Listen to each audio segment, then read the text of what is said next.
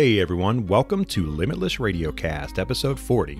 Chad and I would like to thank you guys a lot for everything you do for us, for all your sharing, for all your liking. We really appreciate it very much, and we would also like you guys to continue to like our show, share our show with other people, and also go out there and leave us a review. Leave us a review for everything. Ask us questions, shoot us DMs, shoot us an email, ask us what you would like to see or hear on the show, and we would be glad to try to have that done. Even recommendations for guests would be great. We appreciate you guys so much. Remember, Limitless Radiocast is here to stay. We're going to come in each and every week bringing great guests, great content for you. Appreciate you guys so much. Please enjoy the show. We'd like to thank True Tubes Tattoo Supply for sponsoring this show. All you tattooers out there, go out and get all your equipment, your inks, your needles, your pens, your PPE, anything you need for tattooing. True Tubes Tattoo Supply has you covered. Limitless at checkout. Get a 10% discount. Check them out. Remember, stay true. We'd also like to thank Magic City Brewing Company located in Akron, Ohio. For all your wonderfully great crafted beers, check out Magic City Brewing in Akron, Ohio. Remember to go out there and check out rollamongus.com also. For all your fight gear needs, they have fight shorts, gis, standard gis, lanky gis, rash guards, anything. Some t-shirts, sweatshirts, accessories. You want it, they got it. Rollamongus.com, Limitless20 at checkout for a 20% discount. Check them out. Also, go out there and check out battlebomb.com. Limitless20 at checkout for a 20% discount. They have CBD and non-CBD rubs for those aches, pains, those muscle strains. Put it on, rub it in, gonna feel great, trust me. Try it out a little bit, see what it does. I'm telling you right now, I use it all the time. It's gonna feel great. Remember, battlebomb.com, Limitless20 at checkout. Hey everybody, welcome to the show. Hope you all are doing well. Today, Chad and I have a great guest lined up for you, Shane Jamil Hill-Taylor. Not only is he a Brazilian Jiu-Jitsu black belt under Lloyd Irvin, he also is a two-time world champion, one at purple belt and one at brown belt. He's great at jiu-jitsu. He started at a very young age, originally from Baltimore, Maryland. Got into it when he was young, and I'm sure we'll get into that as well. Shane, thanks so much for hanging with us, man. We appreciate it very much. Thank you guys for having me on. Appreciate it. And I read something else. You're sneakerhead? Yes, sir. Yeah. So we have another sneakerhead in the house, and it ain't me. Nice. It's my man Chad over there. What's your favorite?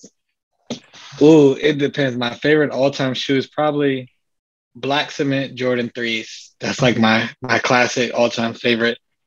Nice. But it changes from now and again. Okay. I went down a Air Force rabbit hole recently. Over like the last 8 years, that's kind of been what I've been on. So I have a ridiculous amount of Air Forces. Where are you at now, Chad, with your sneaker love? Same thing. I go back and forth on what I like and what's, I just asked I don't know if it was one of the guys at the gym. We were talking about the best, what's the best shoe ever, whatever, I think the 11s as a whole are the best group with colorways. Yeah. Those are like the cleanest shoe. Like, yeah, it doesn't get any cleaner of a shoe than that. You can wear this to a wedding. Yeah, I mean, from the Concords to the Breads to the Space Jams, the cool grays are dropping. Like, yeah, I don't have any. I've owned at least every 11 colorway at least once, but right now I don't have any 11s. I always end up selling them. I found some Bread 11s, the 2001 pair of Bread 11s in a thrift store across the street from our gym one time for $11. Man. I cleaned them up and sold them for like $200-300. Wow. It was pretty cool. That's a big thing now too, isn't it? Like guys getting them and like cleaning them up and stuff. I mean, if you can find them, yeah. Like I got super lucky. I go to the thrift store a lot, and I just got lucky and found those. That's sweet though. It's kind of like that's the whole point though. Sometimes when you're looking for that. Yeah, stuff, that's what makes it fun. You can find some shoes somewhere that you wouldn't normally find them. Sure. Yeah, you like those guys on YouTube start tearing them all down, taking all the glue off of them, heating them up, cleaning them up. It's like, I used to do that in college, but these days I don't have the time to put the focus into it that you would need to. So I just leave that alone. That's a lot of work, man. It's like it's like a major art project. It's serious business, but it's fun. And they look sweet. like when I watch them, like I'm fascinated to watch like the work that it goes into in the craftsmanship, and then to see it when it's all done, it's like, wow, like those are hot, man. Those are some sweet looking shoes. But so yeah, I had to ask that, man, because I knew you were a sneakerhead, and Chad's a big sneakerhead. The guys at the gym are always talking about it, and I was like, that'll be. It's always cool to find another sneakerhead. You mean something like this? Oh, you got the infrared sixes.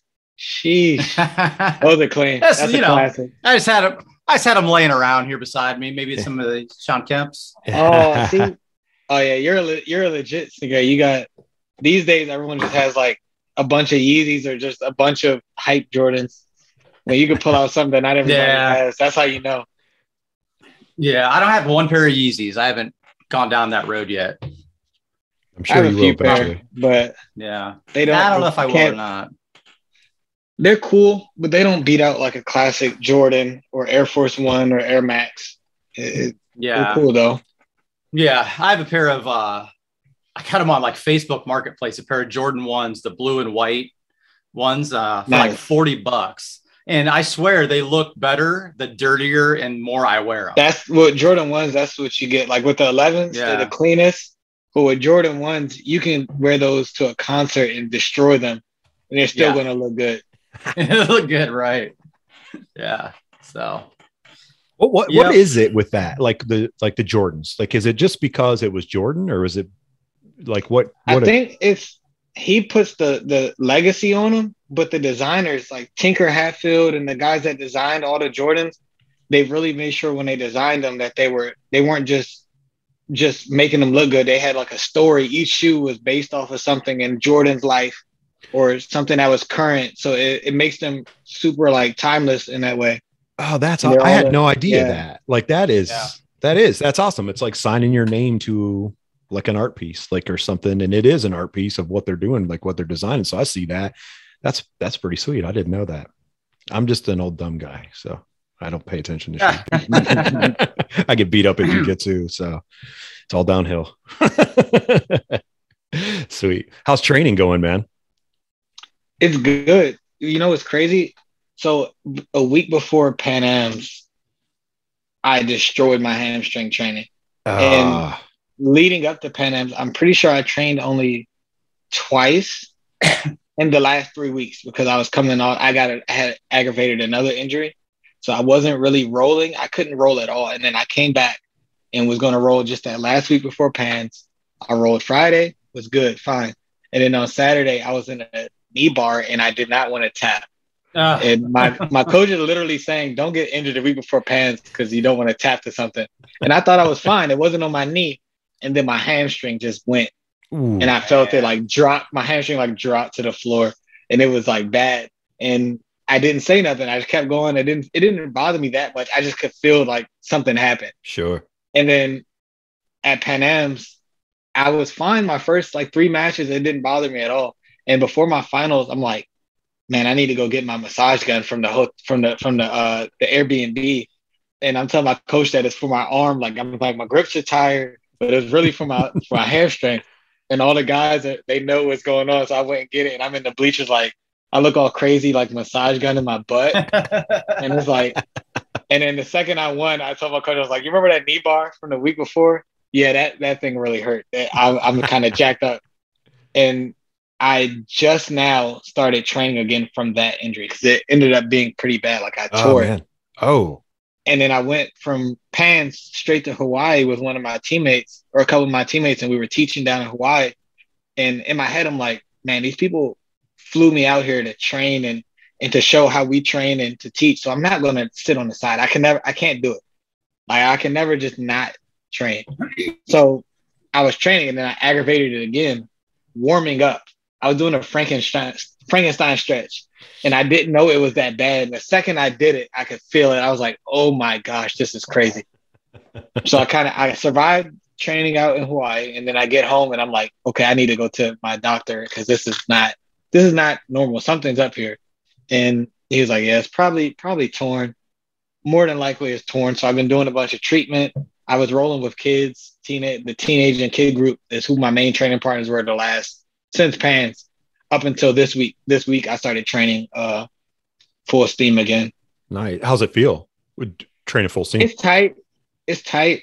And it's just, I got to be smart, you know? Sure. Like today I wasn't smart. Today I aggravated it, trying to doing something I knew I had no business doing, trying to push from a certain position where I should have just used a different frame.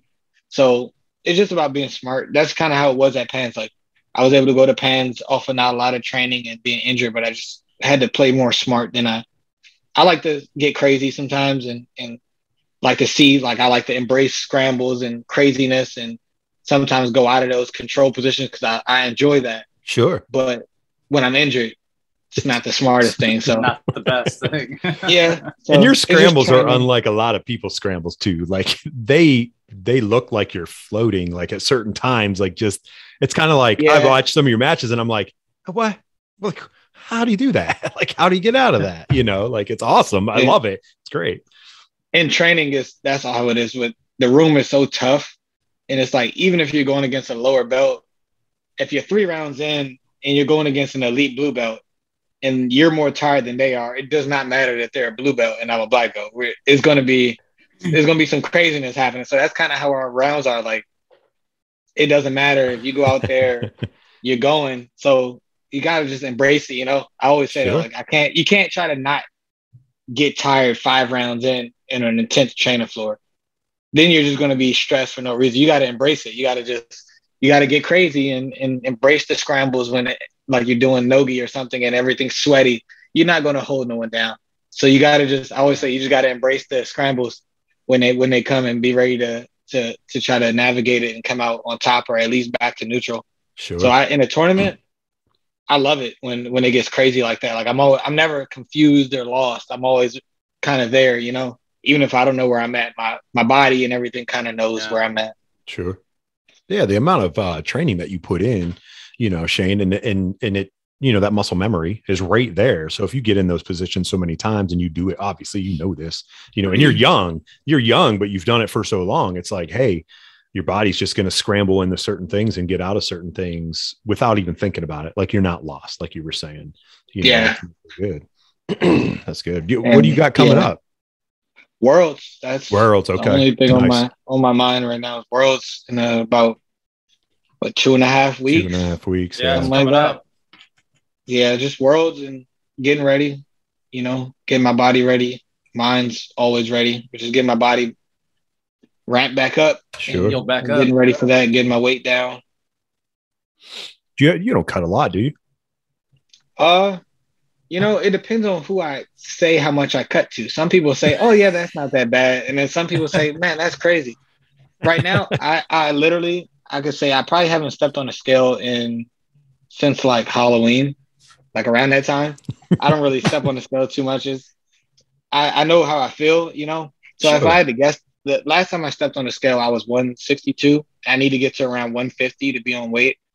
And okay. I'm probably around that right now. I may be a little bit less, you know, but I've already started my like hardcore diet, so I'll be fine either way. I said, that's not that bad. I mean, if you were going to be like, I got to drop like 25 pounds, which I've heard other people say, hey, and I'm like, Chad and I always, it's like, wow, what are you doing? Like, that's a lot. Like you're going to deplete yourself. Yeah. You know, 10 I don't pounds, do that. 10, 15 pounds. Same day weigh-ins, that's like you're asking for it, cutting 20 pounds. Yeah. The most I cut 20 pounds for 80cc when I did it back in 2019. I went from 65 to 45. And the first 15 was fine. The last 5 was like torture. Yeah. So for getting to 150, I think where my body's at and where everything's at for me is like perfect. Like I don't drain myself. I get down. I feel light, but I don't feel exhausted, and I can go 5-6 rounds easy at that weight. And I only really need to fight one fight at 150. And then, because for me, it's one fight. And then from the quarters, I go the next day. I'll be BJJ the way they do it. So I fight once at that weight, and then I get to rehydrate. And by the next day, I'm kind of back in between. Sure. Like where I walk around at normally in my cut weight. So I feel fine. I don't ever really feel drained. I'm not crampy. I don't cut weight. I just diet. So I was going to say that's different. Yeah. Like, you know, some guys you talk to as Chad was, you go ahead, Chad, you're probably going to lead into that, weren't you? But there's a difference between cutting weight and dieting and losing weight, right? Yeah. For IBJJF, it's not smart to cut weight. at all. Guys do it and people succeed doing it, but I'm not cutting 10 pounds in the last week because you're in a way almost disrespecting your competition because you're going to fight somebody that didn't do that. So if I go and I diet and I'm fighting somebody that cut weight and we're in a grinder, I'm confident 10 times out of 10, I'm going to come out on the winning side of that because I'm always going to have more energy. Yeah. I'm not going to be cramping. My body's not going to be giving up on me. So when I diet down, the good thing about dieting down is that each phase of my diet, I get to train at that weight. So when I'm 5 pounds away from my weight, I'm training. I'm still putting hardcore rounds in at that weight. When guys cut weight, you don't know how you're going to feel until you're in that match.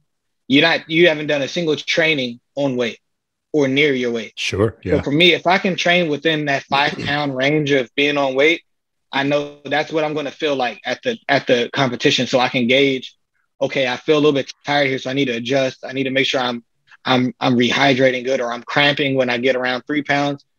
If you're cutting weight, you don't even get to know these things. You just go and you got to see what your body's going to be able to put up with. And some guys, they break, their body breaks down and they can't. You see guys gas at the end of matches. You've never seen me gas at the end of a match. I'm always good.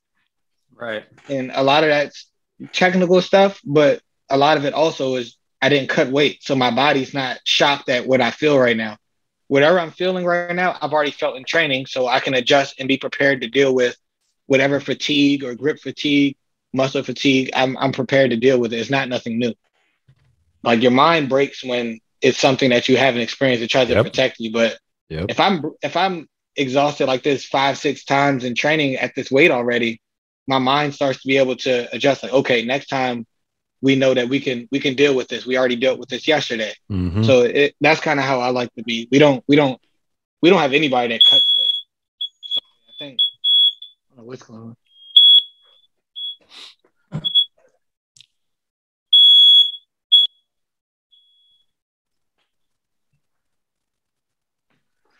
Yeah, I don't know what that was. I'm at my coach's house right now. I think it's all good, man. I was going to say something triggered the smoke alarm, but I'm the house is burning down.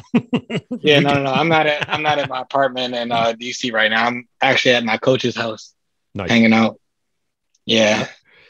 What you were saying about the mind, and you're 100% right. And I always allude to this or talk about this and stuff, like your mind's going to tell you to quit before your body actually quits.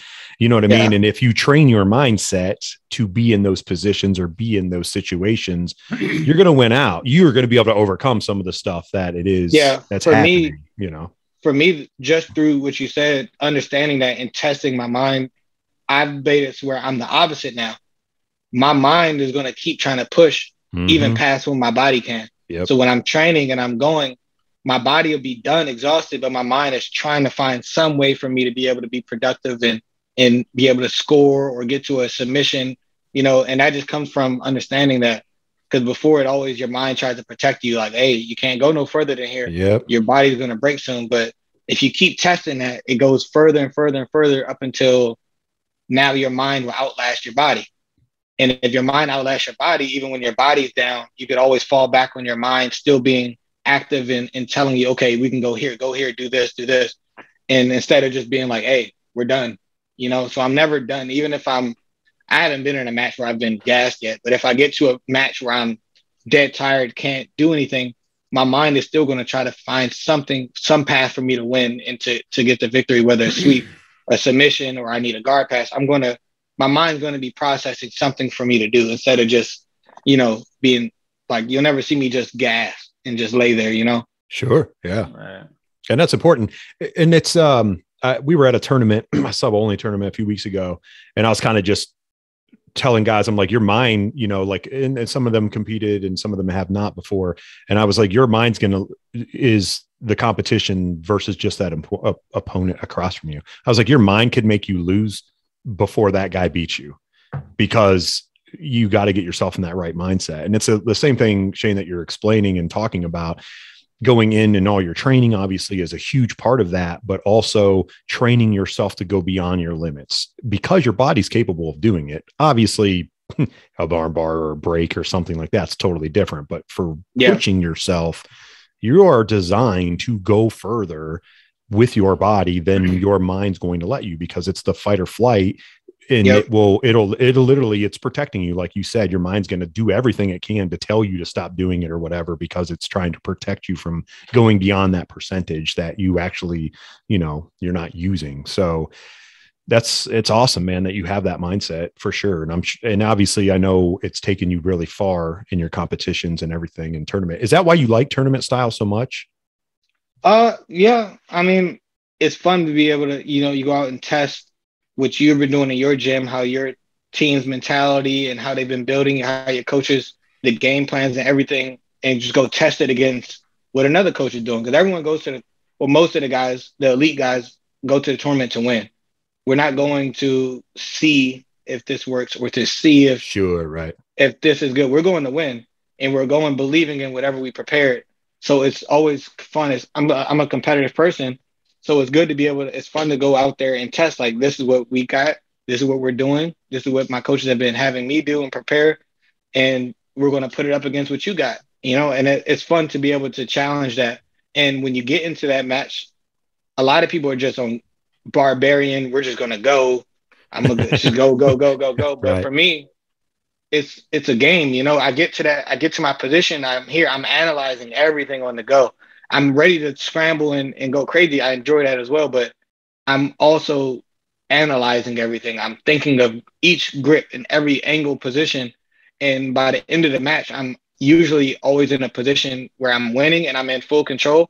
I'm able to get to my submission, or I know what I need to do to win. So I'm always able to stay ahead a little bit more mentally. And I think that just comes from how we train and how I process things. For sure. What's your, I lost my train of thought almost. It came back to me. What's your favorite rule set then? I don't really have a favorite rule set, I guess. I've done the sub only. It's fun. I fought absolute sub only while at brown belt. And he's actually in the UFC. I fought Mickey Gall twice. That was the guy that I always kept going up against in the finals. Yeah. I fought a couple Tim Planet guys first, and then I fought Mickey, and then Guy, I caught him in 14 minutes.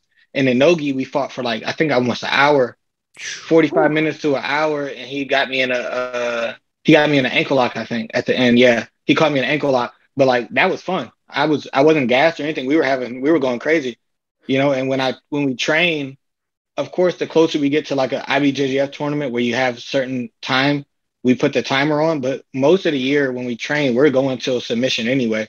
So if you don't submit, we're going for the whole 45 minutes, hour. I've trained 2 hours plus with the same partner just going at it. So the sub only is cool. I don't compete in it a lot recently, but I'm always down. Points are cool. I don't know. Just whatever position I'm in, I go to win. Sure. Yeah. And for me, submission is always the goal. So whichever rule set, as long as submission will win, I'm gonna go for that. Right. It's just, for sure. When you're going against somebody that's really, really good and it's hard to get that submission, then that's where the points and advantages come into play. But I don't play to the points. I don't play to the advantages. And that's why a lot of times, a lot of my matches come down to, people think it's boring because it came down to an advantage or something. In my mind, I'm like, well, it came down to an advantage because I was trying to submit. I'm trying to find a submission here. I didn't even go to sweep. Sure. Yeah. I'm in my position. I'm going to try to find a submission. And if the guy got the good defense, I would have had points on the board if I was looking more for the points, but I'm trying to find the opening, and it's just this guy was good. So it never came down to that. So I only got my one advantage, or at the very end, I go for that scoring position that I could have done whenever, Right. So sure.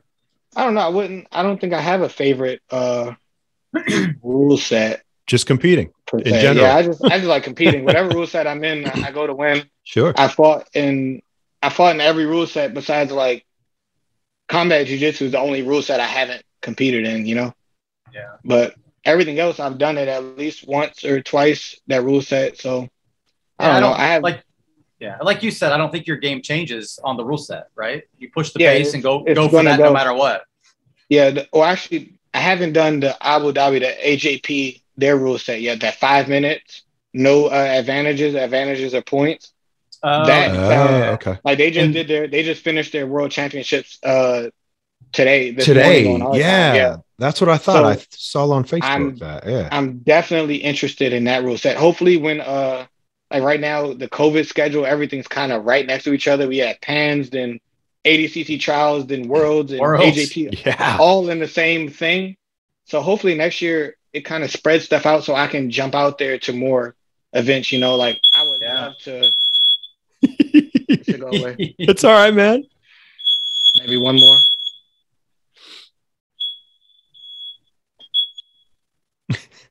Lloyd's warning you, your coach. He's like, listen. Let me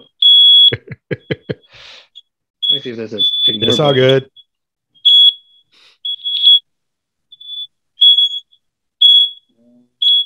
Pretty sure there's a button here.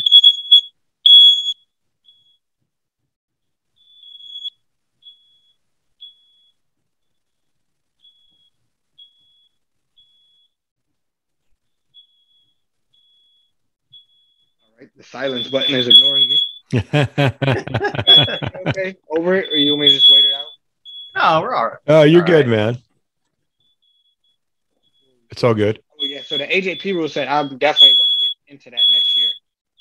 Just the scheduling for things is a bit crazy. Is that what they did this year? Like they tried to get all the tournaments in? I didn't know that, but now it makes sense, Shane. That you're like they just lined everyone was trying to get there, make sure they did their like 2021 championships before the end of the year because they didn't want to skip it. Sure. Or I think just towards the end of the year, kind of the floodgates opened up for more tournaments and more places allowing events. So everyone's trying to just squeeze in events. Okay. But next year, hopefully, I saw they announced PANS is almost back to its normal date, just like 1 month past. It's in April instead of March. Oh, okay. Right? So that should be a sign that things are going to kind of have their normal structure where you're doing more gi events up until summer, like Worlds right in the summer.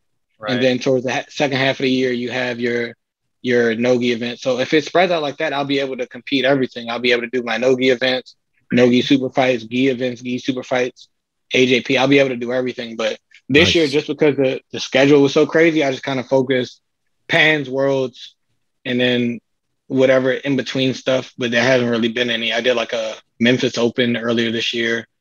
I was supposed to do Orlando Open, but I broke a rib, so I couldn't do that. But hopefully next year I'll be able to jump out there, you know. Yeah, maybe Spider will be back with some events.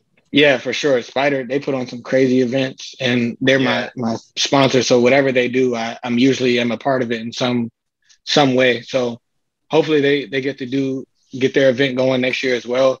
With the thing with South Korea is their quarantine things is a lot different. Even now, it's like 2-week quarantine. And it's like their quarantine is you're in a hotel. They give you your meals, 3 meals a day. You can't leave your hotel room for 2 weeks before you're allowed into the city. Oh, wow. So you can imagine they did one event where they had competitors and they had to do their weight cut. Your coach can't even stay in the room with you. You're by yourself. Everyone gets their own room. So they're having to do their weight cut in a hotel room with meals not geared towards a weight cut. You know, they're giving you whatever they want. Yeah, they're giving. Yeah, it's not like prepared like you're eating. Yeah, so I could imagine how difficult that was, and they did it and they competed, and it was a great event. But I think going forward, they know that they want to make sure everyone's able to be as optimal as possible. So hopefully next year everything is to get back as close to normal, if not all the way towards normal. If we ever go all the way back towards normal, who knows? Yeah, no, but hopefully it does. Yeah, we could only hope and for sure be prepared. So I'm ready. When everything goes back, second everything starts to be a little bit more available and spaced out, so I can prepare. Because I don't want to just jump out and do stuff without being able to train. Sure. Yeah. So, right. Yeah, you want to prepare yourself for it and properly. Yeah, and with this limited schedule, I just focused on gi training. But next year, if everything's spread out how it normally is, I'll be able to jump out and do a lot more events. Nice. What's the Spider events? So what they do is they pick, like, if you're a Spider sponsored athlete, you're usually into the tournament. Okay. But they go 8 people light in a lighter division, usually lightweight and under. Then they do a heavyweight division, which is no weight, and you go 8 competitors. They get like the best competitors. before they've done the last one, they didn't do this. They did all 3 fights all in the same kind of event. But before they did a qualifier where they're allowing like some brown belts to jump in to earn a spot into the event. And those top 3, those 3 people from there get invited. And then 5 people are invited that didn't have to qualify, like your Spider sponsored athletes, people who've won the event before, or guys that are already, their resume already puts them in a position where they don't need to qualify. And we just go at it. And the way they set that event up, it's really one of a kind. Like from the fan engagement, like the way the fans are into sport, because in Korea, what I've come to see is a lot of the people that come to those events to watch, they don't do jiu-jitsu. They don't compete. They either start jiu-jitsu from going there, or they just got into jiu-jitsu. But a lot of the people are just sports fans. Because in Korea, they're putting it, this is on TV. Like it's on TV. Oh, nice. Okay. So it's like a televised event. like something would be here. Like, yeah. Like imagine we do rehearsals for the Spider. Like we have to do rehearsals because it's going to be on live TV. Oh, wow. Really? We have to see how they want us to walk out, how they want us to stand and line up and bow here, don't bow here. Make sure you walk like this and go to your ring. We go through like a whole rehearsal day so that we're ready so that we don't like look crazy on TV, you know? Because some other events are a little bit more open, like, hey, just go out there and just go. throw your middle finger up at the crowd if you want to. But they're very professional. So yeah, man, they treat us really well. They put us in a great great hotel. They drive us where we want to go. They get us drivers and take us to and from training. Make sure we got the food we need. Make sure we're able to train at the times we want to train. They have their own training facility. They bring in guys for you to train with. They organize everything up for you. So all you really have to do is wake up and look at your schedule and what you're doing for the day. They give you plenty of food. They take really good care of it. I don't even know how else to explain it. And just that fan engagement of, it's one thing where you go to Worlds and people are cheering, but it's your team and there's people that you've known for years, like just people you know from the circuit and a lot of guys like that. But when you go to Korea and you don't know any of these people, and they're cheering for you like they're fans of yours and you've never met some of these people, it's like a different feeling, you know? Oh, it really, like it puts it on a different level. Like we were walking, we got to Korea one time, it was me, my coach, Mashadani, and then Tim Spriggs. We were walking around and we were just like, you get to Korea, we want to stay up as late as possible so we can try to curb the jet lag. So we're just walking around the mall and we turned the corner, and in the mall from the wall, ceiling, other wall, in the floor is a poster of me and Joao Miao in our gis, like modeling pictures. And we're just like, they're looking at me like, you knew this was here. And I'm like, I had no idea this was here. It's like the whole thing, and people were looking at it like, hey, that's you. And they're taking pictures, and it was just crazy. And it just shows you how serious Spider takes jiu-jitsu and their marketing and how much they're trying to expand and really get more eyes into it. And for the growth of jiu-jitsu, that's what it's going to take. Is the people that do jiu-jitsu are always going to support jiu-jitsu. Sure, right. The key to progression and making it bigger is getting more people that are fans. They may not ever want to do jiu-jitsu, but they appreciate what they're looking at, and they're fans of these athletes and just the sport, and they want to watch it. And finding the right rule set is a part of that, because there are some matches that you turn on and you can't expect for somebody that you that you meet at the coffee shop to even care. Like it's nothing engaging. They don't know what's going on. Sure. There's 2 guys sitting down. They're like, why am I watching this? You could explain to them that guy's a world champion. This guy's not supposed to be this close in the match. They don't care. But there's some matches and rule sets where you see the guys, and I feel like on the athlete's part, it's part of our responsibility to make sure we're pushing the pace and we're trying to dominate, because that's what it's going to take. We can't just sit down and try to win by the smallest of margins and expect for the sport to grow. So it's the rule set, it's on the athletes, it's on a mix of that to be able to draw in more casual fans that don't even do jiu-jitsu or start jiu-jitsu from us, you know? Sure. Like, I don't play basketball, but I'm going to watch a basketball game. I haven't played football since high school, but I'm going to watch football as a fan.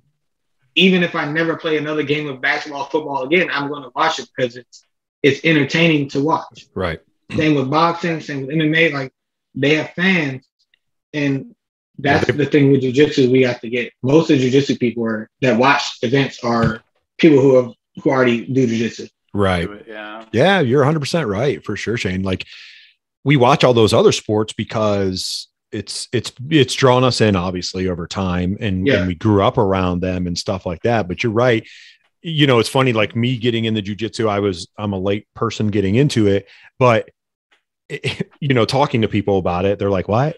Like, what? You know, like, versus someone that actually does it.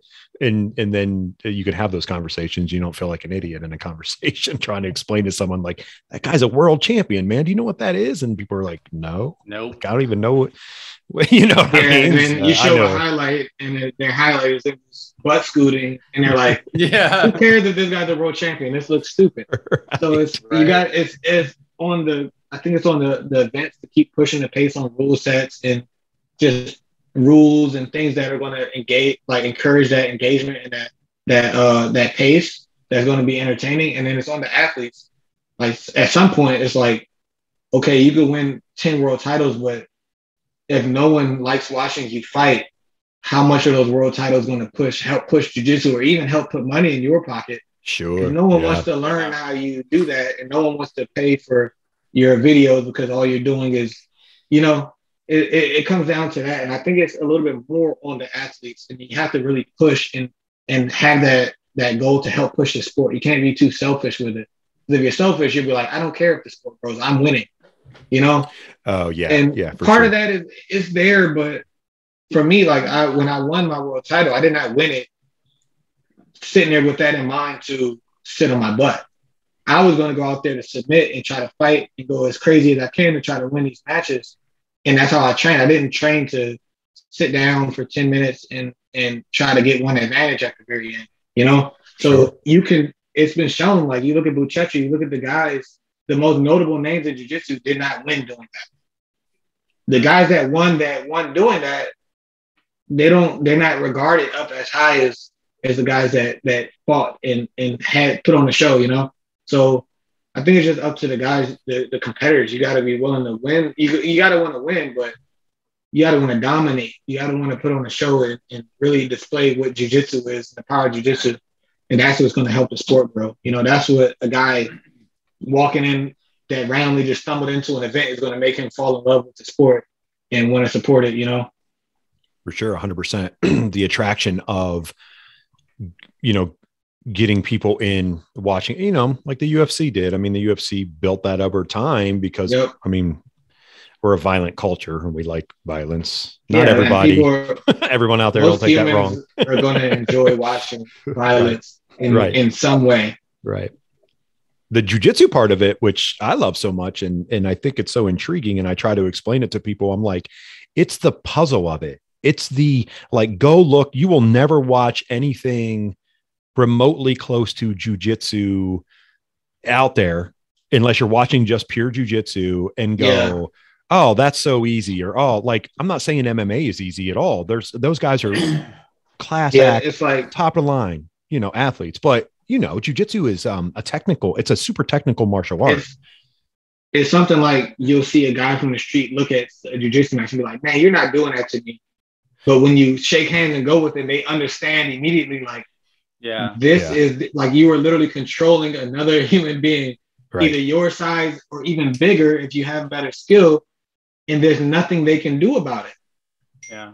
100%. There's no weapons. There's no using objects. It's I'm using my hands and my body to fully control and subdue you and potentially break your limbs. And there's nothing you can do about it if your skill in this isn't matching it. No matter how strong you are, how fast you are. Yeah. That's what I love about it. Like, it's to think of that, you know, like, to think about that is crazy. And that's what, like, I think that draws people in, that when they start practicing it, because everyone comes in not knowing at all what it is. You see stuff and everyone, it's like the white girl mindset, oh, that's not gonna work on me. I'll just get up. Right. I'm not letting nobody squeeze my head. And then you roll one time and you're hooked because you understand in that one roll with the upper belt or someone better than you, like, I need to learn this because I don't ever want anyone to have that much like of an advantage over me. Like, you understand how powerful the martial art is. And I enjoy that a lot. And that's something I got hooked the second I did the first roll as a kid. That's what I was going to ask you. Like, is that what hooked you? And I was in summer camp, and I came to summer camp because my friend, he's actually a black belt on the team now. We just grew up at the gym together. Nice. He told me to come to summer camp, and I came. And within the first week, the head of our kids program, Master Donnie, he told me to try to pass this kid guard who's been there since he was like born almost. And he was like, just try to get around his legs and hug him. And I could not do it. His hands are behind his head. He's not having to use any effort. And I'm diving. I'm coming from I play football. So I'm diving. I'm trying to hug. And I'm competitive. So I'm also humble to where I can expect that this guy knows something I don't. Sure. And I was like, I need to know this. And I was hooked. I was like, someone being able to do that. And I'm giving everything I have. And I'm not getting any close to, I'm nowhere near achieving the goal, which is the pass. I was like, I need to know this. And I was hooked. And I would sit on the side and watch every training up until I was allowed to train. And I just never stopped. I've been going as many days since. And I was me at 8 years old. And it got me to where I am now. It's the same mindset. Like, if I see something or if I grapple and I feel like someone did something that I couldn't stop in that moment, it's going to be in my mind. And the next day, I'm coming to beat that position. I'm just going to keep trying to get better and better and better. And that's just kind of the mindset that we use on our team that gets us to where we are competitively. That's the right mindset, though. And you know this. There's so many people that come into jiu-jitsu and they quit because it's hard for them to give up I mean, come on, let's be honest. People want to always say, oh, well, the ego's out. Well, the ego's not always out. And there's still a little bit of ego there. You know. So having that. It's going to be ego, but it's like you have to be able to channel it, you know? Nobody wants to be dominated. And jiu-jitsu is it's not like basketball. You get dunked on or you get a shot in your face. It's not a physically imposing thing. Even in football, you get hit hard. There's one play, you come back the next play. Come back the next, 100%. In jiu-jitsu, you have to be able to deal with someone physically dominating you. Yep. And you have to understand you're not going to change that overnight. It's a long-term process. Mm-hmm. I always tell people, like, the only difference between white and black belt is how short of a process it could be to see that change. At white belt, it's a very long-term process. You got to be able to look 10 years into the future to be able to get where you want to be. Once you get the black belt, it's the same mindset. It's just you can look a little bit shorter because you understand things a lot more. So you can fix this error or this person beating you in a month maybe or a year because you have so much skill already. You can kind of see what's going on, what you need to fix. That's the main difference between like white and black belt. Like white belt, you have to be able to look, blue belt, purple belt, you have to be able to look long term. Like, I'm going to get this guy, but it's not going to be tomorrow. It's not going to be the next day. But within 5, that's kind of my mindset, because when I came into our kids program, I was one of the least experienced guys. There was people trained 5 years already, 6 years already. Some of the kids been training since they were born. Their older sibling was already at the gym, so they were born and came straight to the gym. So in my mind, I'm like, you're going to get me now. I'm not going to let you. But if you get me now, eventually. And that was just my competitiveness and just understanding of, like, I've always understood I'm a little brother. Like, you're not just going to beat your older brother. Sure, it's going to take some time. Sure. You got to put in work. So I understood, like, that hard work. You have to work hard. You have to work hard. You're not going to win something overnight that you weren't already winning, you know? So I just understood that. And I was like, man, I'm going to work until I can succeed. And that's just kind of what carried me. That's like my mindset. Like, it's our team motto is hard work, beat talent, when talent refuses to work hard. So like I came in pretty talented, athletic. I had good coordination, but it was the hard work. Like, I came to class every time, training 3-4 times a day. I'm at every class. I'm paying attention. I'm applying the techniques, and I'm competitive. I'm trying to use every single thing I learned immediately. And that's just kind of what made me competitive, to where I can see long-term, like, there's no way I'm never going to be able to beat you. At some point, I'm going to be able to beat you. And then slowly, I may be here, and then I'll slowly. And then when I get there, this is where, like, the humble part, like, I don't care. It's now what's next. Who's above me still? Sure. I'm going to keep coming to where I don't care. Like, I'm training with Muhammad Ali, and I'm thinking that, like, he's a super to ultra heavyweight. I don't care. Yeah. Like, it doesn't matter. I'm going to eventually get to where you're not passing my guard, where I can try to catch you and stuff. You know, like, that's kind of my mindset. It never stops. So for me, I'm never going to stop working hard. I win 1 world title, blah, blah. I don't care. I want 2 now. I want to be able to it's less about the world title. It's more about me wanting to be best. Sure. Yeah. You're trying to improve yourself each and every time you're stepping on. Yeah. I'm competing against, when I came up, I was going against my teammates. Like, man, this guy is good. I want to be better than that. And then it was like, man, I'm looking at Cabrini. I'm looking at Alpha. Yeah. I want to be better than that at some point. But when you get to like where I am, it's no longer about that. It's, I want to be better than I am every single day. Like today, I feel like I'm better than I was training yesterday. Tomorrow, I'm going to come in overnight. My mind's going to be working. Everything's thinking about what I could have did better today. And tomorrow, I'm going to be better. And as long as you're on that pace, when you're going to fight other people, it doesn't even, like, it's not even anywhere remotely close to you trying to be better than yourself, you know? Sure. Yeah. Yeah. I just had that conversation I did a private lesson with one of my white belts. He's a couple stripes. He's like, man, I just feel like I'm not getting any better. I'm like, are you better than you were last month? Are you better than you were when you started? You know, the answer is yes to those questions. Yeah. And that's how much better, and how much better is just depending on how much time, focus, and energy you can put into it. Yeah. Whether you can only get 1% better or 0.5% better, it's still better. And that's where you have to look at the long term versus short term. Yeah, if you're able to improve by 10% every day because you could train all day and you don't have a lot of the other responsibilities or things that can make somebody not be able to put that time in. Like if you're rich or you're well off or you're getting taken care of, to where all you need to do is train. You don't have to worry about nothing else. Of course, you should be able to improve at 10%. So yes, in 1 year you can go from a white belt level to elite blue or purple belt level. Yeah, it's not crazy to think. But everyone is on their own scale. That's why you can't look at your scale and compare it to somebody else's, because everyone has different lives, different scenarios, different situations, different upbringing. So you just compete against yourself. And then when you're at a competition, you put that against somebody. Yeah, you get the gauge.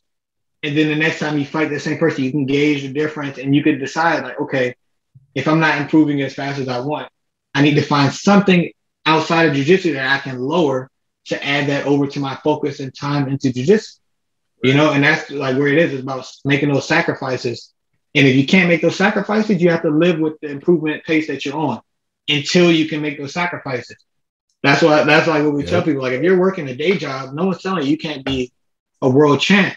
But you can't look at the guy who has no job, is fully taken care of, his family's well off, all he's doing is training all day. You can't compare yourself to what he's doing right now. Yeah. 100%. Unless you're going to be willing to make similar sacrifices.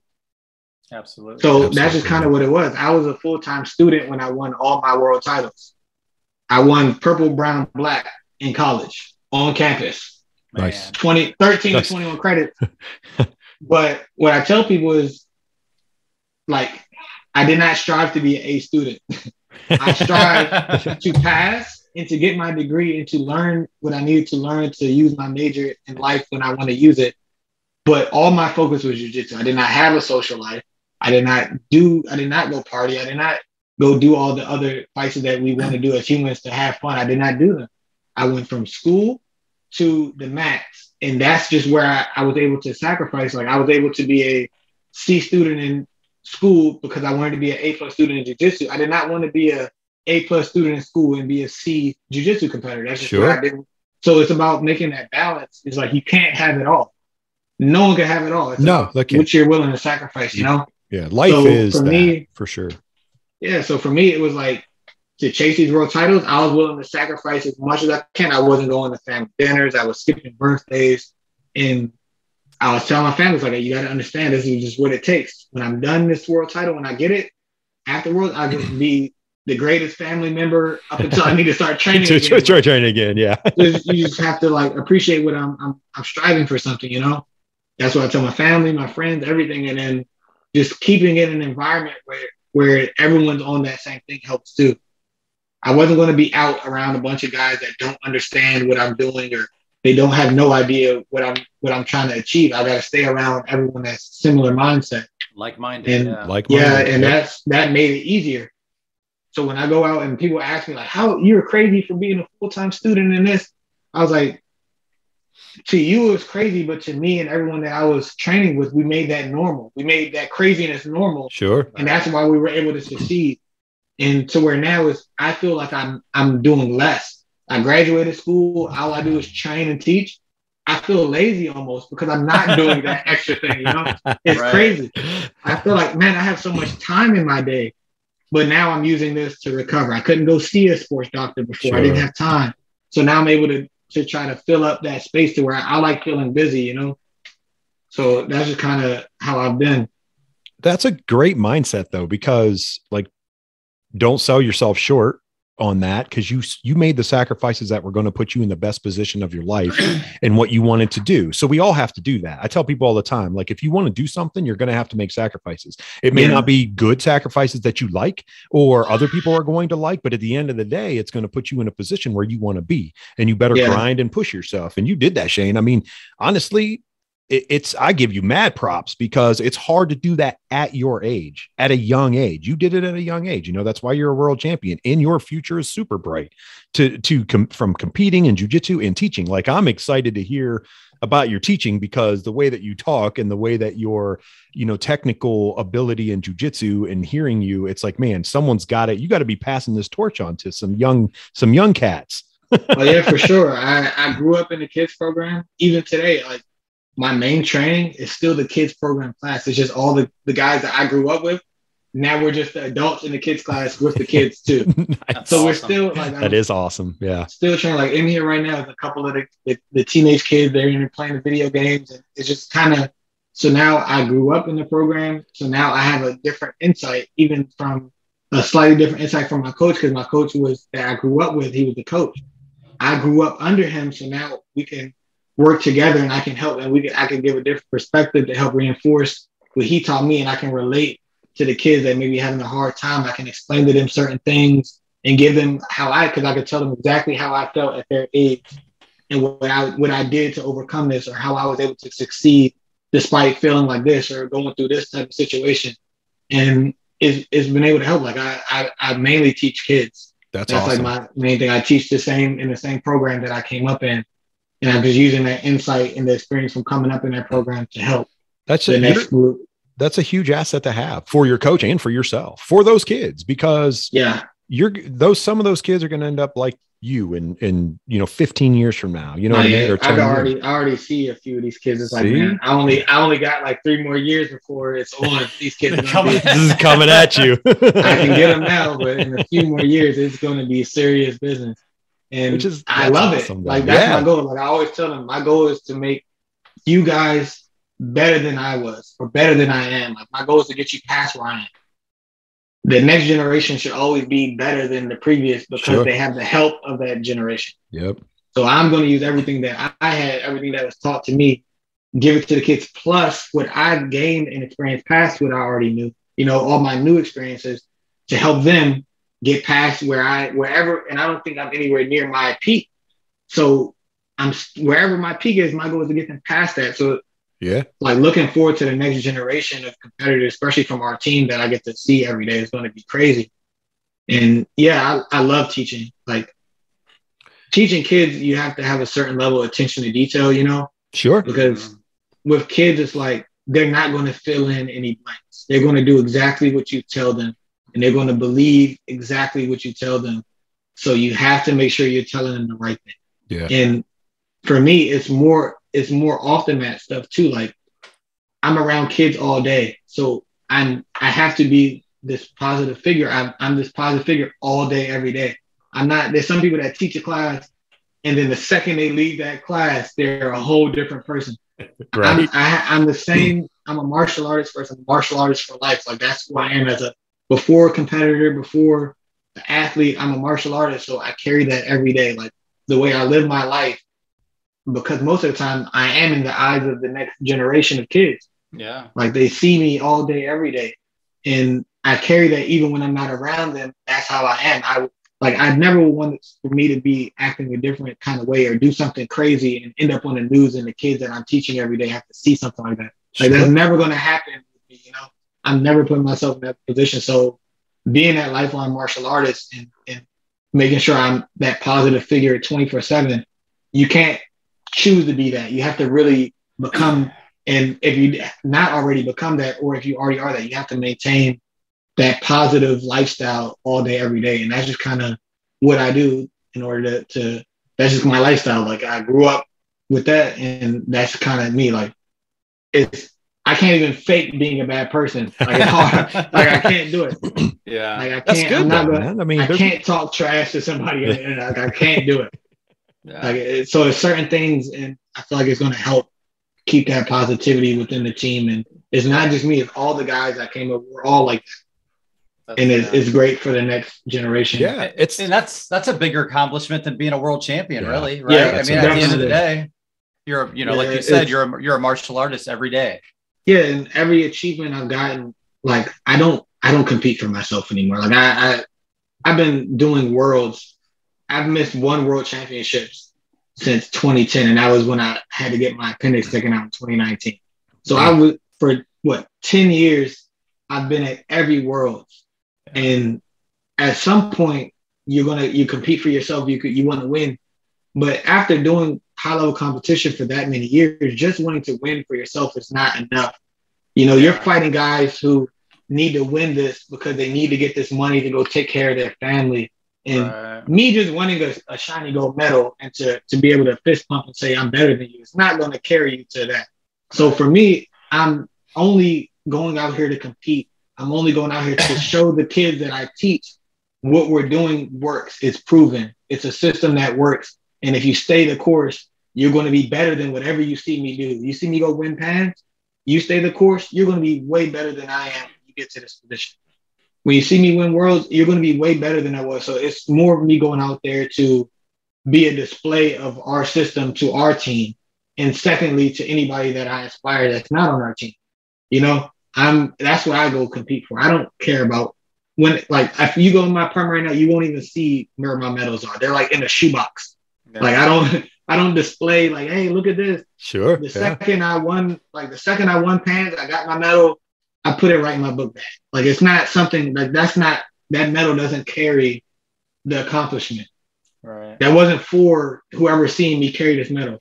The people that were in the room with me that put in the work that helped me get there, they don't need to see that medal. They know what we accomplished and they know what we did works and it's proven. So that's what I compete for, If I wasn't doing that, like if tomorrow I was just on no team and I didn't have no one I was teaching, I would have no drive to go compete. Like I would not care. Yeah. Whether I could win or not, I just wouldn't. Sure. It wouldn't motivate me at all, You have the mentality to pay it forward. You want to give what 100%. You've learned. You know what I mean? Because I appreciate what was done for me and all the things my coach did for me to help me get to where I was and my teammates that got me to where I am. Because I didn't get me to where I am.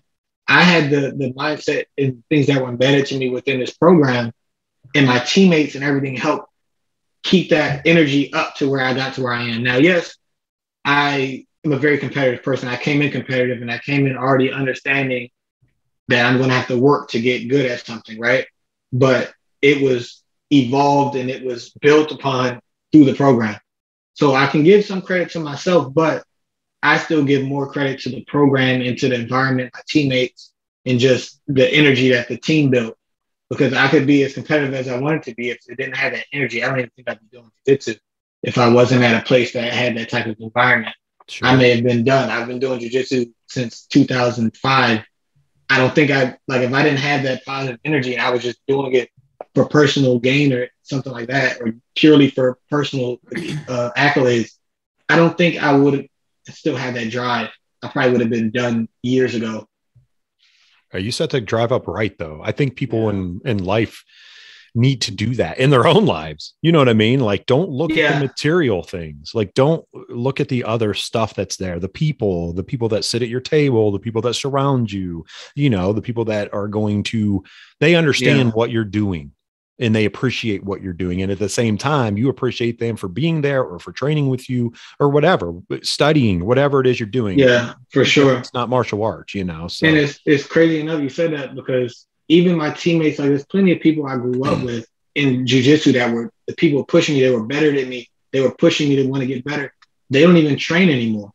But because it's martial arts first, it's the art. It's what it does for your mind and your character and your drive. Understanding hard work. Whatever they're doing, all their jobs that they work, they're excelling. They're elite in that. They're world champion level in whatever they went on to do in life because they had those character building skills and things embedded into their character, you know, like they're that's who they are. It's not even about like everything I said. If I didn't do jiu-jitsu and still had that mindset, I'd be excelling at whatever it is. Sure. Yep. You understand it's a long term. If you want to be the best at something, you can't do normal stuff. You have to live an abnormal life if you want abnormal results. Yep. That's anything. You want to be the best at something, you're going to have to sacrifice and put the work. That's at any job. That's at any career path. That's any sport, anything that has elite. If it has elite, that's what it takes to get to elite. And once you learn that, you can be elite at anything. If I stop doing jiu-jitsu tomorrow and want to be an accountant, I have full faith that I'm going to learn it. I'm going to work overtime. I'm going to work as hard as it takes to be the best accountant in the world. Like, you know, no matter what it is, I could go work at McDonald's tomorrow. And no matter what, if that's my drive and that's what I want to do, I'm going to be the best McDonald's worker to manager to owner to, you know, like CEO. That's my path. Sure. And I have that drive and just that mental kind of fortitude to get there. Like, I love that you're teaching kids because they need that instilled in them. I'm not saying that's what we tell them. Yeah, like once you hit teenage years, you may not really love jiu-jitsu as much. You may start enjoying other things. You may want to play something else. You may fall in love with another career path. We don't just kick you to the curb. We're still family. Like everyone still comes to the gym. All my people I grew up with that don't train, we text right now. Like right now, we're in a group chat. We're all texting. People that's training, people that don't train. We'll play the video game together. We'll go celebrate birthdays. We hang out. They support me when I go do my jiu-jitsu stuff. And whatever they're doing, they're mostly all excelling. We're supporting each other. And it's less about, like you said, about the exact result. It's about life and being elite in life and pushing each other. So the healthy environment, the positive environment goes beyond competition. 100%. It's like you're going to be as great as you, whatever you do. But if it's jiu-jitsu that you want to do, you're going to be great at that as well. Like you're going to be great at jiu-jitsu if you want to stick with it. So that's kind of how we bring the kids up. And that's how I was brought up. I could have went and did whatever I wanted to do and I was going to be great at it. But I chose to stay in jiu-jitsu, and that's why I'm where I'm at in jiu-jitsu. Awesome. You're world champion, man. Yeah. not, you know, it's world champion based off everything that you just said, because you put yourself in that position and you push, man. And that, awesome. Like Terry said, that paying it forward, like a lot of people talk that game, but you got to be about it, right? Like, yeah, for sure. You know, and I see that just with that LASSO syndicate you do. Yeah. Like you're, you know, you could hold back and wait and charge people for stuff, but you put so much free stuff out there. It's funny because like I have people that come up to me like just last week at Jiu-Jitsu Con / Masters Worlds. People were coming to my booth and I'm like, yeah, join my free group. Come get a free private lesson right here. I got mats down. I'll record it, send it to you. Free. They're like, man, how do I support you? I want to give you some money for something. What can I do? I'm like, well, I mean, you could buy a t-shirt, but that's not what I led with. I didn't lead with, hey, shirts. Right. That's just like extra stuff, you know, like people came to the seminar and people were in the group and things like, yeah, of course I have an instructional coming out. I would be doing everything I'm doing if there was not a dime involved, like for me. It's just, I do understand and appreciate that, yes, I can make a living and be able to still give as much as I do in jiu-jitsu and be able to make a living so that I can keep this focus in jiu-jitsu. So yeah, I do have instructionals coming out and I do have this and do have that. But for me, it's like, if you just come to my gym and ask me, you'll get everything that's in my instructor just because that's how I am. Sure. I'm not going to sit there and not answer a question that somebody asks me because I'm not going to say, hey, buy the instructional. But I do want to be able to reach everybody, and to be able to reach everybody, I do have to have a product that can be global. You know, I'm not going to be able to go to every gym in the world. So I do have but like you said, if you're in the group, it's like, I'm breaking down my matches, breaking down whoever puts their matches in. I'm giving them advice. And it's like, people want to support. So yeah, I do have the merch and the shirts and patches, but that's more so for representation that I want people to be able to come to the tournament and you see somebody else with that shirt and you know that you're part of that community and it's a positive community. It's less about the money, you know, when I make the shirts and stuff, the profit is very little, but I do make sure I have stuff because people do want to support and they're like, man, tell me how I can give you some money. I appreciate what you're doing. And I appreciate that people are like that, you know? Yeah. And that's what sets you apart. Like it goes back to being a martial artist and everything. Like, you know, I'll go through Instagram and see you out, you're going live for like 90 minutes, taking people's questions on all the LASSO stuff. It's like, yeah, not many people do that, you know? Yeah, man, that's just me. Like, I love jiu-jitsu. I love teaching. And if there's anyone that wants to learn, like how I like to learn, I love it. I'm going to be talking. I'll talk your head off about jiu-jitsu. Yeah, that's awesome. We were at Jiu-Jitsu Con. I'm talking to people that are in my division, and we're going over. I'm showing them my favorite move. These guys, these are guys I may compete against at World. Like, I don't care if I show you something from my jiu-jitsu and that helps you beat me at Worlds. I just need to get better. Like, that's how I look at it. Sure. I don't deny anybody access to the group. It could be there's people that are in my division. There's people that go against my teammates. We don't care. Like, we're going to show you whatever you ask. And when we go to compete, we're still going to compete and go at you and try to beat you. And the second we're done, we can go off to the warm-up match on the side and I'll just break down every single thing you ask. And that's just kind of how it is because I want to grow. So if I show you something and then the next time we compete, you're able to beat that something, now I need to look at it and grow some more. And it's just that's what builds that. You can't keep getting better if you got something that works and you never show no one how to beat it, or you never show no one what it is so they can beat it. You got to have something, and then you have to be able to help somebody beat it. That's how we train. I do a move that works. I'm going to show whoever I got to work on immediately after class what it was. They're going to ask, and I'm going to be like, yeah, this is what I did. And then they're going to beat it the next day. And now I need to ask them what they did to beat it. And that's just like what you said with the egos. Like, there is no ego where we are. Like, I will do something to win, show you how I did it, expect for you to beat it. I'll help you beat it. We'll brainstorm how to beat that position just so I can come back and try to beat that, because that's just us. We're doing this. Yeah. Yep. And then when we're up, and then when we go compete against other people, it's like, it's easy almost. If you're holding secrets, you're cutting off your own growth. 100%. And that's why, like, when I have my instructionals and things, I'm telling people, like, this is literally every single thing I do from my guard. This is my mental process.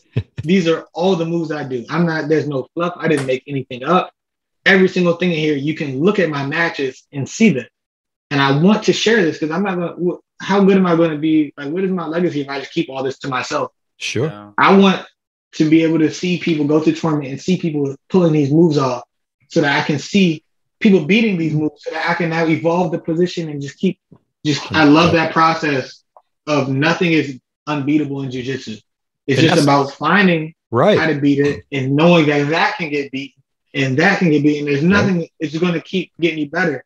And you have to have that quest for that process. You have to, like, embrace that process to be able to be the best. 100%.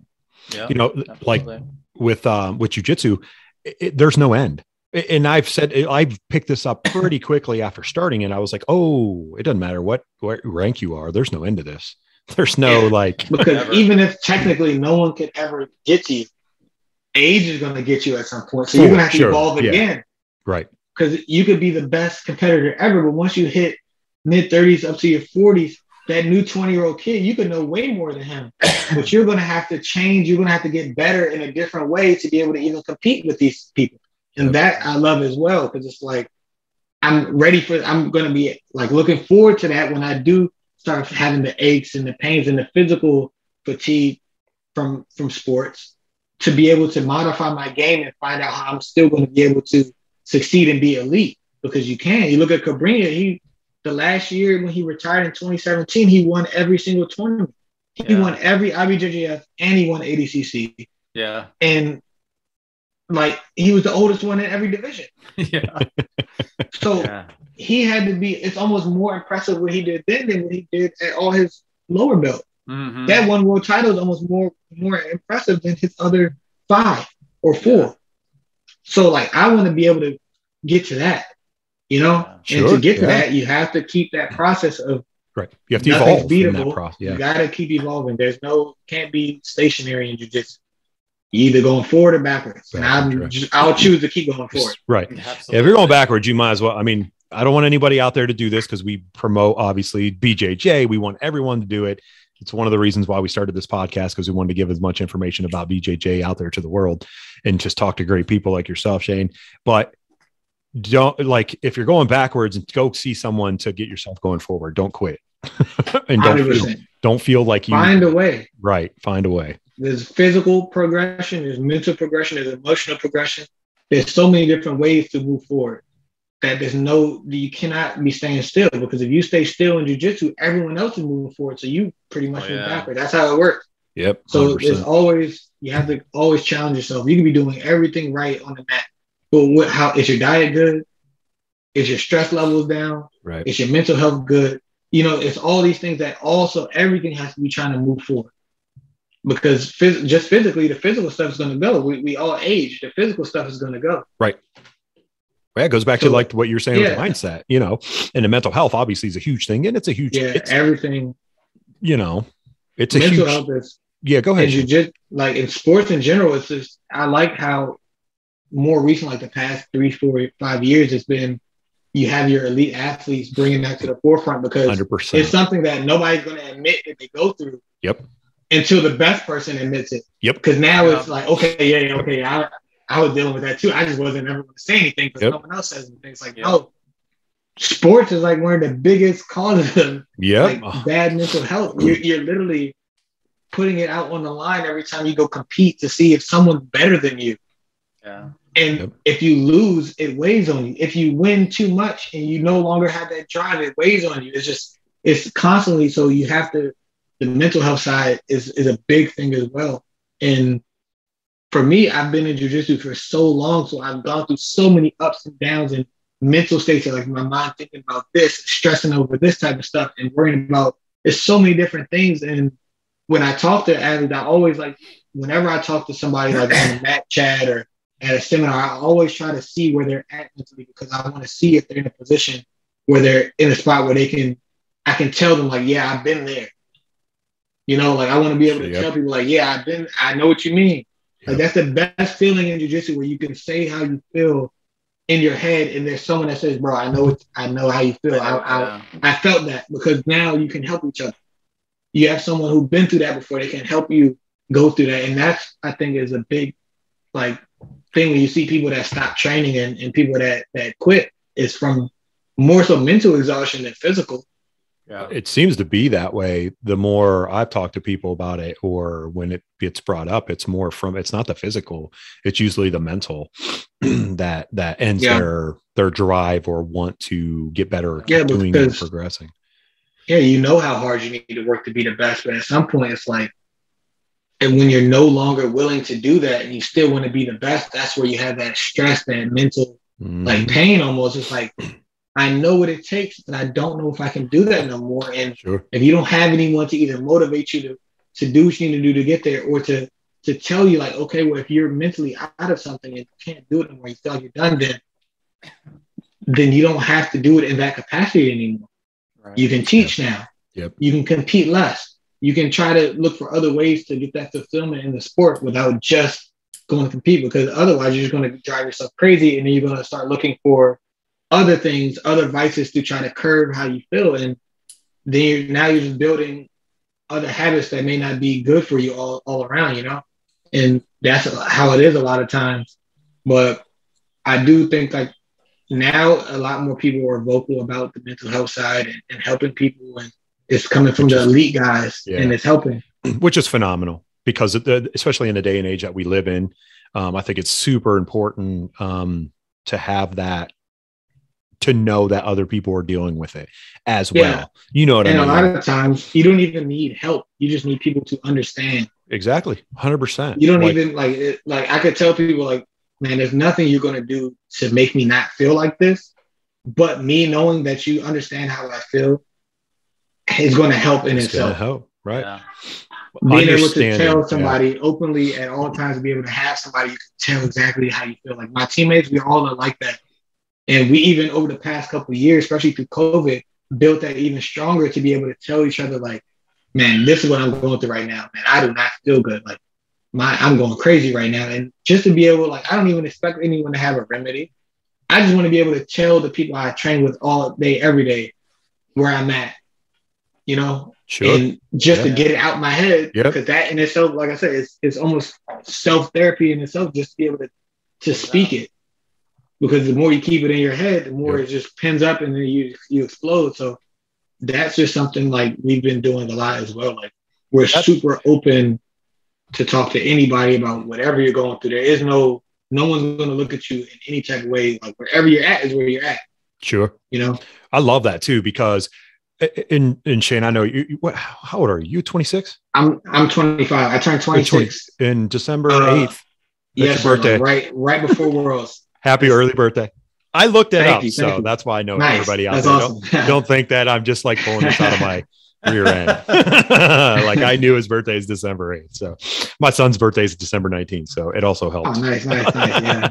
Christmas kids. But it's awesome. Dude, I love this. So you have that. You already know this. The whole opening of talking about the mental part of it at such a young age.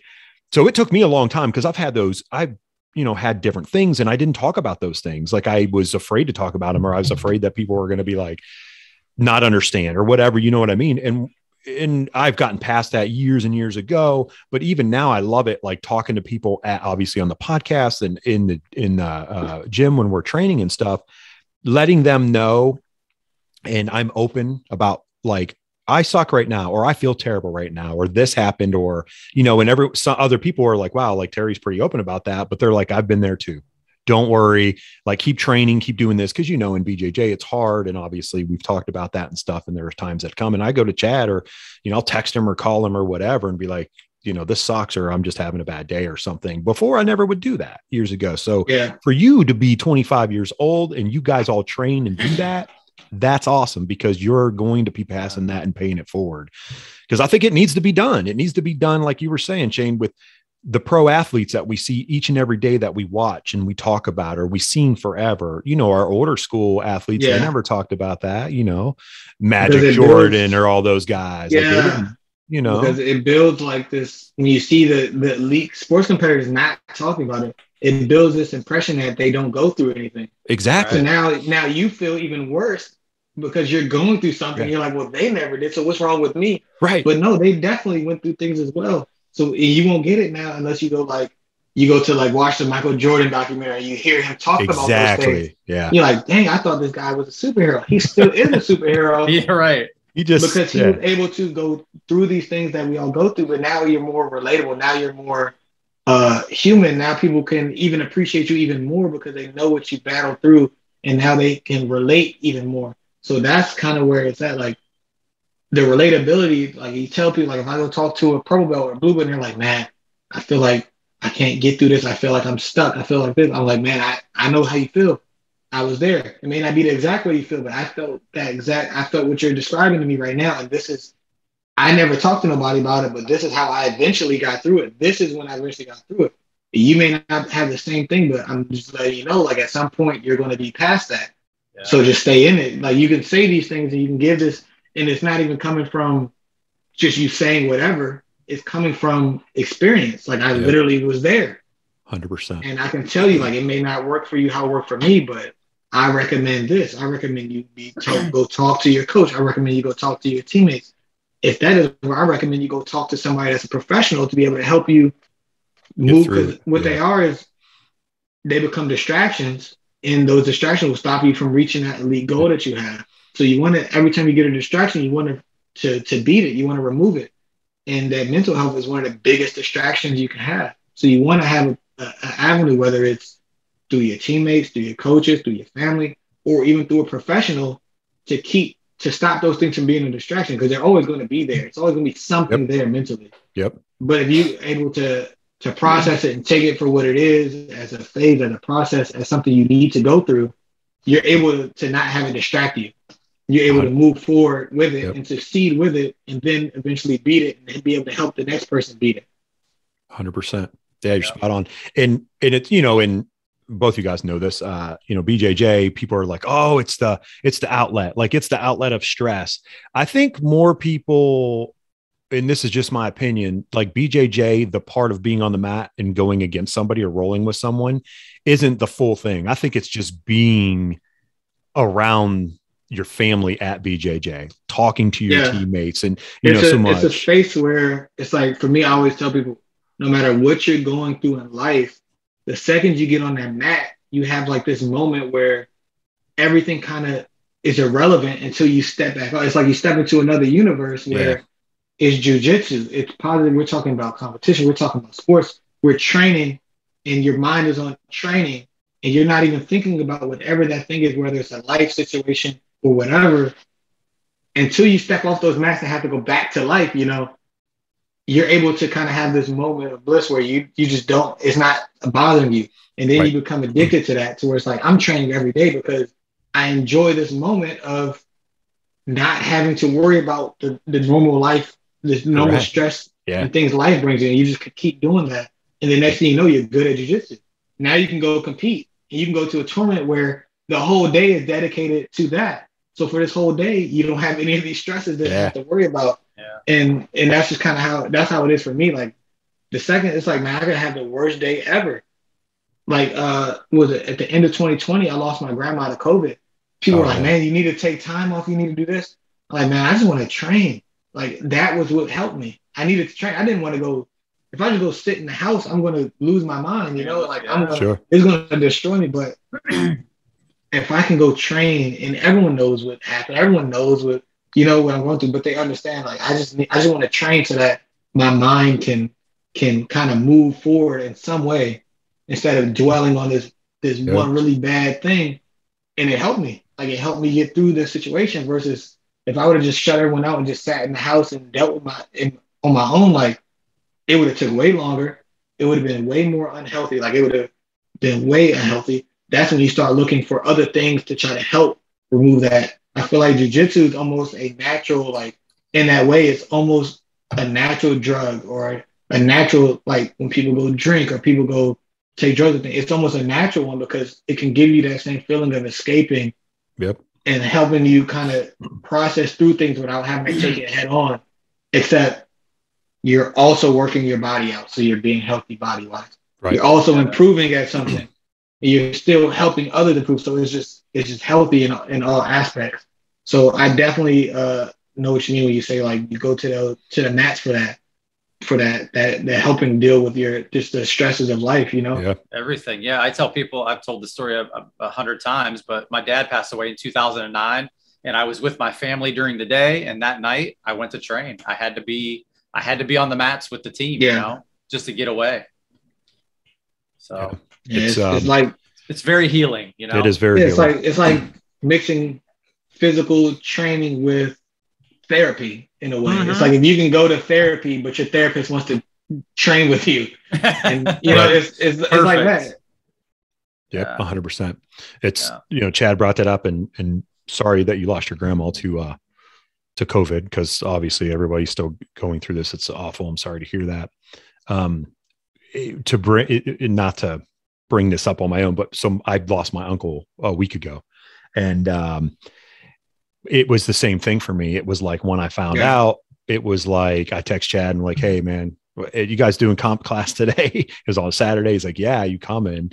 And I was like, yep. And I just went, and I just needed to be there. I just needed to be on that. Like, I needed to be around people that I feel such a strong connection to. It's hard to explain to people that don't do this or aren't involved with it, but it was like, I needed to be around my family. Like I said it, I was like, I know it's weird. Like, I'm not legitly related to these guys, but I am. To me, I am. Yeah, well, like the emotional connection and everything else, mental connection, being blood relatives wouldn't make you any, it wouldn't make you any closer. No, it wouldn't change 100%. Anything. Like, you're just that close. And being able to have that connection with people that aren't, because when you're blood related to somebody, you're almost forced to care about these people. Exactly. You're born into having that love and care, which is great. But to be able to build that connection with people who at one point were complete strangers, to be able to have that as well is like added on. It's like, it's almost like you're just adding families to your family. And then you go meet other people like that, other teams and other people like that in jiu-jitsu. You're just building on, and you're building these connections to where you could feel really safe and you could feel really comfortable around this super large group of people. You have so many people that are going to be there for you. It's crazy that you say safe, because that's what I told my wife. Like, when I got the call that my uncle passed, and I said, "Hey, I'm gonna go to the gym. I just need to feel safe." And she was like, I completely understand. Like, she knows me, obviously, I hope, but you know, it was like that. And that's what I needed. I needed like a safe environment to where I could just be vulnerable, but understood, you know what I mean? And it was just, and then, you know, get some great workout into and roll and all that didn't hurt. I was definitely down. All week of training was good. So that was good, but man, it's awesome, dude. Let me, Chad, ask him. I'm going to screw this up. So I always ask, I don't do it every show, but who's your top 5 grapplers to watch?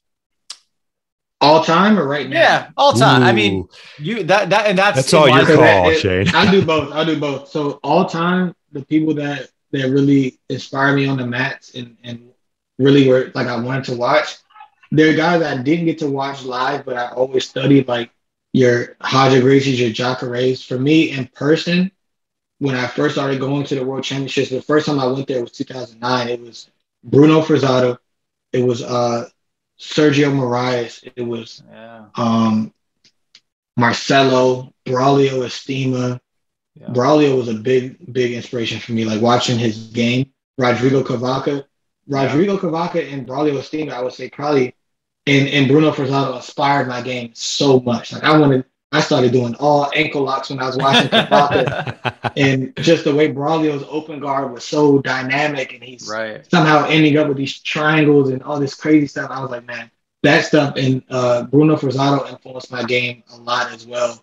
Just his battles with Cobrinha in the finals, when it would always be him and Cobrinha in the finals of the world for like a 3-year stretch, and watching the stuff that he would come up with and innovate on to be able to have for that match. Like, he was the first person I saw playing with lapels, and that inspired me to start playing with lapels. And a lot of the modern lapel play came from me seeing Bruno Frazado and implementing that and doing jiu-jitsu like that and trying to find other ways to do it. Like, it really pushed my mind in a way to look at jiu-jitsu in a different way.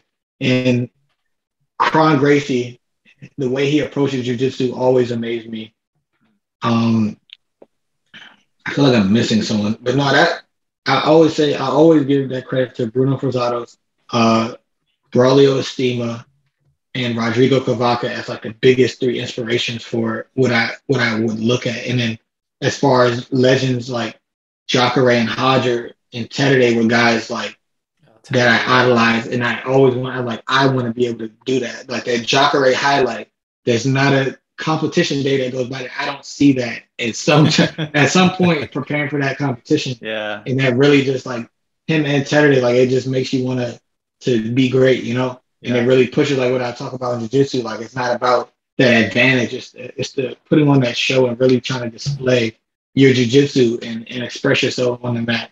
And as far as current competitors, I feel like jiu-jitsu, like within this last year, is really going back towards that old school vibe where you're not like, this was the first Pan Am that I competed. That was the first time in, I don't know, probably in all of black belt that there was no double guard pulling that I had to go through. Yeah. No one tried to play 50-50. No one was trying to win by an advantage. All my matches, we were going at it.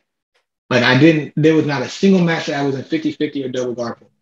The ref never looked at his watch, stood us up. Everyone was down to scrap from guard, from passing on the feet. So that was like, I feel like it's kind of that phase of jiu-jitsu is kind of phasing out to where guys are more well-rounded and they're down to display that.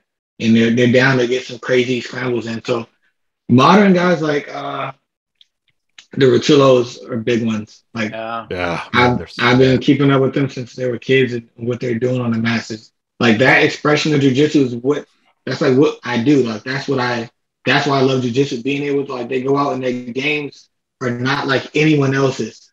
And you never know what they're going to do. And they will do anything, and they can do any move that they need to do, you know, and what they see, like when you see what they go for, you're like, man, how did you see that? Yeah. Like, you saw that and went for it and had no fear going for it. Like, so those two for sure.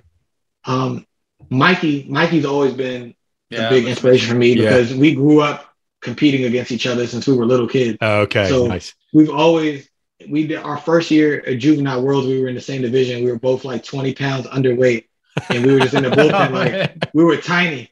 We were like, oh man, we're small. Let's go. And like we've always kind of kept up like kind of that bond and that like we've been close friends since we were little kids competing against each other. That's awesome. The first year I did adult, I lost, and he won. He did one more year of juvenile and won and went straight to purple. And since then, I've always considered like he's always a year ahead of me. So that always motivates me because he'll go win worlds. I'm like, I gotta win worlds. He's winning and he's ahead of me a year. I gotta keep up with. So he's always been someone that I use as like a motivator. Like I'm always keeping up, no matter what he does. I'm always trying to keep up and trying to get on that level. And we talk a lot about stuff like that. And he's cool. So he's always someone that's on that list for me. And I like anyone that expresses their jiu-jitsu and you can see their personality and they're not conforming to what people say is the only way to win or what's popular. They're expressing like Levi goes out there and does some crazy stuff. Roberto Jimenez goes out there and does crazy stuff. Like these guys are crazy. Like the guys I train with, like this guy Rico, we call him the Flash. He comes in every single day with something that you haven't seen. He's gonna do it to you. He's gonna do the move. Like if you go to his Instagram, there's so many moves, and people are like, man, that stuff never works. And then the next week, he'll post a clip of him doing it at a competition. You're like, this makes no sense. And he's so fast, and the way he processes jiu-jitsu. He's another one. And then it's so many people. Like we have a brown belt coming up as well, Elijah. He won a lightweight brown belt at Pants. And like I've known him since he was 5. And being able to see the progression where like, we're going at it in the gym now, like it's so like those are like that next generation of guys. Like you got like Mika Gaval, these young guys that are looking elite, and they've been looking elite since they were like blue or purple belts. Yeah. It's crazy. But so I was gonna say, love watching it. Look at Cole Abate. He's 16 and a blue belt. Like man, it's unbelievable. And like people were hating on it. Made people hate on him in a way. Like why are you getting put in this division to fight these black belts? And then he goes in and does an excellent showing at who's number 1, and it goes to win ADCC. Yeah. It's like, and his jiu-jitsu was training like his whole life. It was legit. Like it wasn't just like, oops. So like it was, you know. It's a lot like Cole. I always watch all of Cole's matches. I always support Cole. I've been watching him since he was at Pan Kids, yellow belt. Like there's a lot of guys like Jansen Gomez I've been keeping up with since he was a kid. He's killing it at brown belt, double golding left and right. Who else is there on the up and coming thing that I watch? These Checkmate kids. It's this kid Dudu Vieira and there's this other kid that he closed out with. And I was watching them at Pan Am this year and I was like, man, these guys are really good and they're purple belts. And it's like I'm the type of guy, I go to Pans and Worlds, I watch every match. I'm there all day watching whatever. I'll be watching people I had no idea who they were. And by the end of the match, I'm picking like, man, I want to see how far this guy goes in the nice. This guy's crazy. But I'll sit in the stands and watch matches all day. It doesn't matter if I've never met you or you're not on my team. I'm watching, and that's just kind of I can learn from anyone just by watching that. I watch the juveniles. I like just watching people experience jiu-jitsu in a competitive scene and seeing people win, seeing people lose, seeing people come back, seeing people almost come back. Like I just enjoy watching that process of competition. For me, like I will watch matches from white belt through black belt and just be staring at the match all day. Nice. It sounds like, I mean, I'm old, but I do this on flow. Like when ADCC was on, I was literally watching as much as I could. When Worlds was on, like I was mat to mat to mat. I was like switching, on flow. I was just like, I need to get as much live watching as I can, but I like it. Like I super, super enjoy it, it just watching jiu-jitsu in general, it's great. So, Oh, who's another one? Josh Cisneros. I've been keeping up. He fought my teammate Rico. They used to battle at Juvenile. He won black belt light feather pans 2020. Okay. But the way he grapples is like, he don't care what the score is. He's trying to get you out of there. And he's flipping around. He's down to scrap. I just love to see jiu-jitsu like that. Like Gabriel, Gerald Gabriel Souza does the same thing. Like I fought him in the final of the Pan. Yeah. Going into that match, people were like, "How do you feel? What's your game plan?" I was like, "Man, I'm about to go have some fun. Like this guy's we're gonna try to kill each other, and it's gonna be fun. I don't know what I'm gonna do. I'm not going in with a game plan. I'm going in to scrap, and I'm gonna do everything I can to win. But I'm not gonna be running away from what I'm gonna embrace what I know this match is gonna be. It's gonna be high pace, moving around. It's gonna be crazy. So like, I enjoy that. And anybody that brings that to jiu-jitsu, whether it's someone I'm competing against or someone I get to watch, I'm a fan. I'm enjoying it because that's going to motivate me to try to come up with stuff and try to be on that level too, trying to keep pushing the sport forward. Yeah. Well, Shane, we kept you for more than a solid hour, brother. We did a ton of stuff, man. We talked about a lot of things, man. Good, man. Hey, shout out any sponsors, anything, and how anybody can find you. We'll have all that stuff in the show notes, man. Shout out to Spider Korea. Shout out to their new brand Chance that I'm actually under now. Under Spider, it's a new brand that's under. So I'll be rocking their gear at Worlds. Nice. You'll be seeing a lot of that. So shout out to them as well. Monkey Tape, the Armbar Soap Company. Those are my sponsors. They take great care of me. They've been looking out for me for a long time. So always shout out to them. Shout out to Team Lloyd Irvin. That's where I represent. That's where I grew up at. Shout out to the Team Lloyd Irvin kids. That's where I spend my time. Those are my guys that I'm still a part of. I'm still a Team Lloyd Irvin kid. And the LASSO Syndicate is where, like, my Instagram is Jamil BJJ, but I have the free group on Facebook. You can either go to improvemyguard.com or you can go to search the LASSO Syndicate on Facebook as a free group. And we talked about earlier, I'm breaking down matches. Everyone's allowed in. Everyone's opinion matters. No one's opinion is higher than others. We're all giving our insight into each other's matches, into moves and things to help everyone improve their guard and their jiu-jitsu overall, and just to build a community around that. And it's free. My very first instructional comes out in 2 weeks, 2 to 3 weeks. Nice. We shot it all independently in the gym. Me and my teammates shot the whole thing. I edited the entire thing by myself. Everything, the cover art, everything we did. We got someone to make our cover art, and it's been a great experience. So be on the lookout for that within the next 2 to 3 weeks. If you're in the group, you get a discount on it. So just join the group so you can stay up to date on everything and get the discount when it comes out. But I'm excited for that. I'll be at Worlds. The whole squad team, we're going to be at Worlds. We're going to be going hard. So just be on the lookout for that Bulldog patch at Worlds. Nice. Cool, man. That's awesome. Awesome, brother. Well, Shane, thanks so much, man, for hanging with us. God bless you and everything that you're doing, man. Stay healthy, stay after it, keep that same mindset. You know, your future's bright, brother. Yeah, we'll try to plan a trip to get you out to Ohio next year. Oh yeah, for sure. My grandfather's side of the family is actually from Ohio. Got a lot of family out there. Yeah, he's from Cleveland. Oh, right on. We're only about an hour down south. Yeah. So I'd love to come down and hang with you guys. I appreciate you guys for having me on the show. And let me give an insight on my life and my jiu-jitsu journey. Oh, yes, for sure, man. Information is power and knowledge is good, brother. You know. So, all right, my man. You take care. All right. Talk to you down the road. Yes, sir. Yep. Thank you. Man. We'll see you, man. Thanks, Shane. All right. Later. Yes.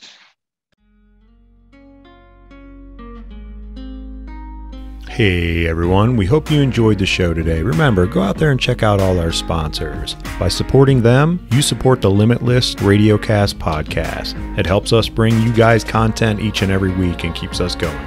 Thank you, and we appreciate you for all you do. Limitless Radiocast is brought to you by True Tubes Tattoo Supply. Limitless 10 at checkout for a 10% discount on all your tattoo needs. They have state-of-the-art equipment for everyday needs in the tattooer's life. Check them out. Remember, stay true.